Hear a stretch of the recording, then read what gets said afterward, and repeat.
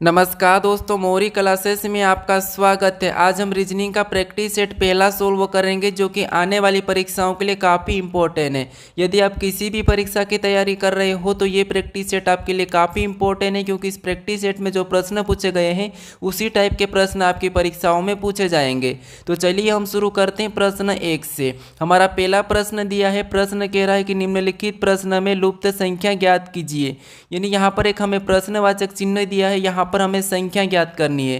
तो जब भी ऐसे प्रश्न को सोल्व करना है तो सबसे पहले जो प्रश्नवाचक चिन्ह दिया है उसी की जगह यहाँ पर 56 कैसे लिखा है और यहाँ पर 38 कैसे लिखा है, हमें ये पता करना है। जिस तरीके से यहाँ पर 38 लिखा गया है और यहाँ पर 56 लिखा गया है, सेम उसी तरीके से यहाँ पर संख्या बताना है। तो सबसे पहले हम ये पता करेंगे कि यहाँ पर 38 कैसे लिखा गया है। ठीक है, तो देखिए यहाँ पर हमें साइड में संख्या लिखी है, यहाँ पर 4, 6 और यहाँ पर 9। ठीक है, अगर हम इन सभी को आपस में जोड़ देते हैं, ठीक है, अगर हम सभी को आपस में जोड़ देते हैं तो 4 और 6 10 और 10 में 9 को जोड़ेंगे तो 19, यानी कि सभी को जोड़ने पर यहाँ पर कितना हो रहे हैं, 19 हो रहे हैं। लेकिन यहाँ पर 38 दिया है। ठीक है, यानी अगर हम यहाँ पर 19 का 2 गुना कर देते हैं तो 19 का 2 गुना कितना होता है, 38 होता है। ठीक है, अब 38 यहाँ पर दिया है। अब इसी तरीके से क्या करेंगे, यहाँ पर भी 8 में 9 को जोड़ेंगे। ठीक है, तो 8 में 9 को जोड़ेंगे तो 17 और 17 में 11 को जोड़ेंगे तो यहाँ पर 28 हो जाएंगे। ठीक है, और 28 का भी क्या करना है, हमें 2 गुना करना है। तो 28 का 2 गुना कितना होता है, तो 28 का 2 गुना होता है 56। ठीक है,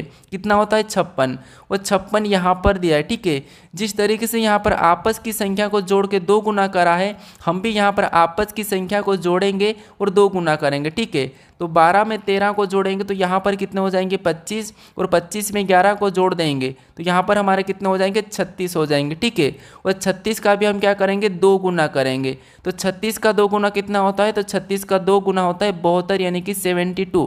तो जो प्रश्नवाचक चिन्ह है यहाँ पर क्या आएगा, 72 आएगा। ठीक है, तो ऑप्शन में देखिए 72 हमें ऑप्शन नंबर ए में दिया है, तो ऑप्शन नंबर ए हमारा इस प्रश्न का सही जवाब होगा। ठीक है, अब चलिए हम बढ़ते हैं प्रश्न 2 पे। अब दूसरे नंबर का प्रश्न दिया है, प्रश्न कह रहा है कि नीचे दिए गए विकल्पों में से संबंधित शब्दों को चुनिए। नहीं, यहाँ पर जैसे पैमाना का संबंध लंबाई से है तो हमें यहाँ पर सिस्मोग्राफ का बताना है। ठीक है, तो ऐसे प्रश्नों को कैसे सोल्व करते हैं समझिए। सबसे पहले आपको ये पता करना है कि जो पैमाना लिखा है और उसका संबंध लंबाई से कैसा है, सेम तरीके से यहाँ पर सिस्मोग्राफ का बताना है। ठीक है, तो देखिए यहाँ पर हम क्या करेंगे, जैसे पैमाना से हम क्या करते हैं, लंबाई को नापते हैं। ठीक है, पैमाना से हम लंबाई को नापते हैं, सेम उसी तरह से जो सिस्मोग्राफ है, ठीक है, सिस्मोग्राफ से हम किसे नापते हैं, तो यहाँ पर हम भूकंपों को मापते हैं। ठीक है, किसको मापते हैं, भूकंपों। तो यहाँ पर क्या हो जाएगा, जो प्रश्नवाचक चिन्ह है यहाँ पर हो जाएगा भूकंप। ठीक है, क्या हो जाएगा, भूकंप, क्योंकि देखिए जो हमारा पैमाना है इससे हम क्या मापते हैं, लंबाई मापते हैं। ठीक है, तो सिस्मोग्राफ दिया और इससे हम क्या मापते हैं, भूकंप मापते हैं। तो इस प्रश्न का सही जवाब क्या होगा, ऑप्शन बी हो जाएगा। ठीक है, कौन सा हो जाएगा, ऑप्शन बी। अब चलिए हम बढ़ते हैं प्रश्न 3 पे। अब तीसरे नंबर का प्रश्न दिया है, प्रश्न कह रहा है कि निम्नलिखित श्रृंखला श्रेणी में असंगत ज्ञात करें। ठीक है, यानी यहाँ पर हमें कुछ संख्या दी है 30, 27, 36, 45 और 72, और प्रश्न कह रहा है कि यहाँ पर हमें क्या करना है, इस श्रृंखला श्रेणी में असंगत ज्ञात करना है। ठीक है, यानी जो कौन सी संख्या है जो अलग है। तो देखिए अगर हम यहाँ पर अंतर देखते तो यहाँ पर देखिए 3 माइनस हो रहा है। ठीक है, देखिए 27 से 36 देखेंगे तो यहाँ पर क्या हो रहा है, +9 हो रहा है। फिर 36, यहाँ पर 36 से 45 देखेंगे तो यहाँ पर देखिए 45, मतलब यहाँ पर 9 प्लस हो रहा है। ठीक है, लेकिन यहाँ पर कुछ ज़्यादा ही संख्या प्लस हो रही है। तो अब क्या करेंगे, देखिए ऐसे में आपको क्या करना है, यहाँ पर ध्यान से देखिए, अगर हम इनको आपस में जोड़ देते हैं 30 और 0 को, यानी कि 30 में यहाँ पर देखिए तो इनको आपस में जोड़ेंगे तो 3। ठीक है, और इनको भी आपस में जोड़ेंगे तो 9। ठीक है, फिर देखिए इनको आपस में जोड़ेंगे तो यहाँ पर भी 9, इनको आपस में जोड़ेंगे तो यहाँ पर भी 9, और इनको आपस में जोड़ेंगे तो यहाँ पर भी 9। हमें क्या पूछा था, असंगत ज्ञात करें। अब असंगत आपको कहाँ पर दिखा, यानी कि कौन सी वाली संख्या अलग हो रही है। तो इनका योग 9 आ रहा है, इनका भी योग 9 आ रहा है, इनका भी योग 9 आ रहा है, इनका भी योग 9 आ रहा है, लेकिन हमारा जो 30 है, ठीक है, इसका योग कितना आ रहा है, 3 आ रहा है। तो इसीलिए हमारा असंगत कौन सा हो जाएगा, 30 हो जाएगा। ऑप्शन में देखेंगे तो ऑप्शन हमारे ए में दिया है, तो ए वाला हमारा सही जवाब होगा। ठीक है, अब चलिए हम बढ़ते हैं प्रश्न 4 पे। अब चौथे नंबर का प्रश्न दिया है, प्रश्न कह रहा है कि यदि यहाँ पर EI, ठीक है, ENCRYPT को किसी कोड में VMXIB के G लिखा जाता है तो ARC को उसी कोड में क्या लिखा जाएगा, ये प्रश्न पूछा है। यानी हमारा ये कोडिंग डिकोडिंग का प्रश्न है। हमें सबसे पहले ये पता करना है कि यहाँ पर ENCRYPT का कोड यहाँ पर VMXIBKG कैसे लिखा है, ठीक है। तो देखिए यहाँ पर अगर हम लेटर एक एक को देखते हैं तो यहाँ पर E से यहाँ पर V को लिखा है, यानी इसका विपरीत है। N से यहाँ पर M को लिखा है, यानी इसका विपरीत है, ठीक है। C से यहाँ पर X को लिखा है तो ये भी इसका विपरीत है। R से यहाँ पर I को लिखा है, ये भी इसका विपरीत है। यहाँ पर देखिए यहाँ पर B लिखा है Y का, वो भी उसका विपरीत है। P से यहाँ पर K लिखा है, ये भी विपरीत है। और T से यहाँ पर G लिखा है, ये भी विपरीत है। यानी कि सभी की सभी लेटर क्या है, एक दूसरे के विपरीत है। अगर आपको विपरीत नहीं पता तो आप क्या करोगे, कॉपी में A से लगा के यहाँ पर ABC ऐसा कुछ लिख के आप क्या करना है, M तक लिखना है, ठीक है। और फिर नीचे से आपको N से लगाकर यहाँ तक आना है, जैसे यहाँ पर Y और Z तक, ठीक है।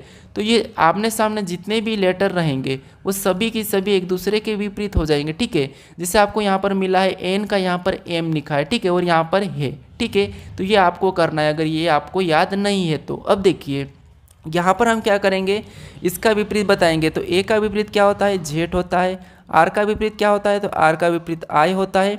और C का विपरीत क्या होता है, तो C का विपरीत होता है X। अब हम ऑप्शन में देखेंगे ZIX, तो हमें ऑप्शन नंबर A में यानी B में दिया है, तो ऑप्शन हमारा B इस प्रश्न का सही जवाब हो जाएगा, ठीक है। अभी तक आप इस चैनल को सब्सक्राइब नहीं करें तो प्लीज़ आप सब्सक्राइब जरूर कर लीजिएगा। अब चलिए हम बढ़ते हैं प्रश्न 5 पे। अब 5वें नंबर का प्रश्न दिया है। प्रश्न कह रहा है कि राजीव दक्षिण दिशा की ओर चल रहा है, ठीक है। वहाँ 2 बार दाई ओर मुड़ता है और फिर दाई ओर मुड़ता है। अब वहाँ उसके सम्मुख कौन सी दिशा में। यानी दोस्तों देखिए ये प्रश्न कह रहा है कि राजेश दक्षिण दिशा में चल रहा है। यानी देखिए दिशा में आपको पता होना चाहिए, जैसे दिशा हमारी 4 प्रकार रहती है, जैसे ऊपर की ओर उत्तर, नीचे दक्षिण, और राइट में पूर्व, और लेफ्ट में पश्चिम, ठीक है। अब देखिए यहाँ पर प्रश्न कह रहा है कि राजीव दक्षिण दिशा की ओर चल रहा है। तो मान लीजिए यहाँ से राजीव दक्षिण दिशा में चल रहा है, ठीक है।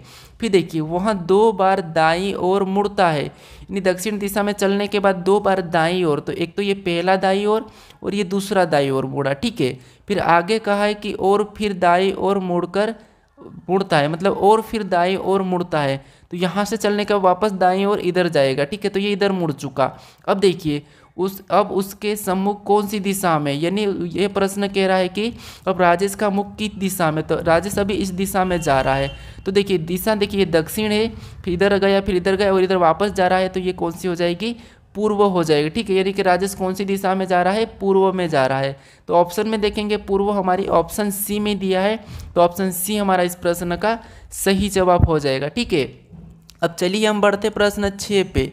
अब 6 नंबर का प्रश्न दिया है। प्रश्न कह रहा है कि यदि 3 स्टार 2 बराबर 25, 8 स्टार 7 बराबर 255, यहाँ पर 25, फिर तो 7 स्टार 2 बराबर एक प्रश्नवाचक चिन्ह देके बताया, ठीक है। यानी दोस्तों यहाँ पर देखेंगे हम, जैसे यहाँ पर क्या दिया है, 3 स्टार 2 बराबर 25 दिया है, 8 स्टार 7 बराबर 225 दिया है, और यहाँ पर पूछा हमें कि 7 स्टार 2 बराबर कितना होगा, ठीक है। तो देखिए ऐसे प्रश्नों को कैसे सोल्व करना है, सबसे पहले हमें ये पता करना है कि यहाँ पर 2 स्टार 3 बराबर, यानी कि 3 स्टार 2 बराबर यहाँ पर 25 कैसे लिखा है, ठीक है।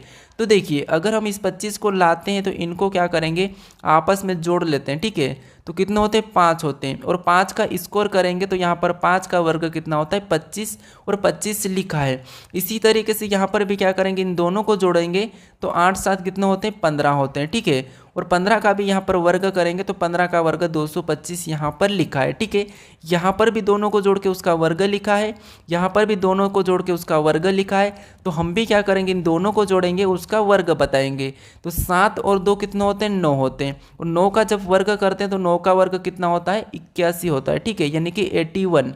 तो जो प्रश्नवाचक चिन्ह दिया है यहाँ पर 81 होगा। ऑप्शन में देखेंगे 81, तो हमें ऑप्शन नंबर डी में देखने को मिला है, तो ऑप्शन डी हमारा इस प्रश्न का सही जवाब हो जाएगा, ठीक है। अब चलिए हम बढ़ते हैं प्रश्न 7 पे। अब 7वें नंबर का प्रश्न दिया है। प्रश्न कह रहा है कि नीचे दी गई श्रृंखला श्रेणी ज्ञात करें, यानी हमें यहाँ पर कुछ संख्या, यानी कि यहाँ पर हमें श्रृंखला श्रेणी दी है, ठीक है, अक्षर की, तो हमें इसे ही ज्ञात करना है। तो देखिए यहाँ पर क्या करना है, जब भी आपको ऐसे प्रश्न मिले हैं परीक्षा में तो आपको करना है एक एक लेटर को देखना है। जैसे यहाँ पर बी के बाद क्या लिखा है, सी, सी के बाद डी, तो अगला क्या आएगा, एफ आएगा, ठीक है, क्या आएगा, एफ। अब देखिए यहाँ पर सी के बाद क्या लिखा है डी, फिर यहाँ पर ई, तो अगला क्या आएगा एफ आएगा। ठीक है, अगला क्या आएगा एफ आएगा।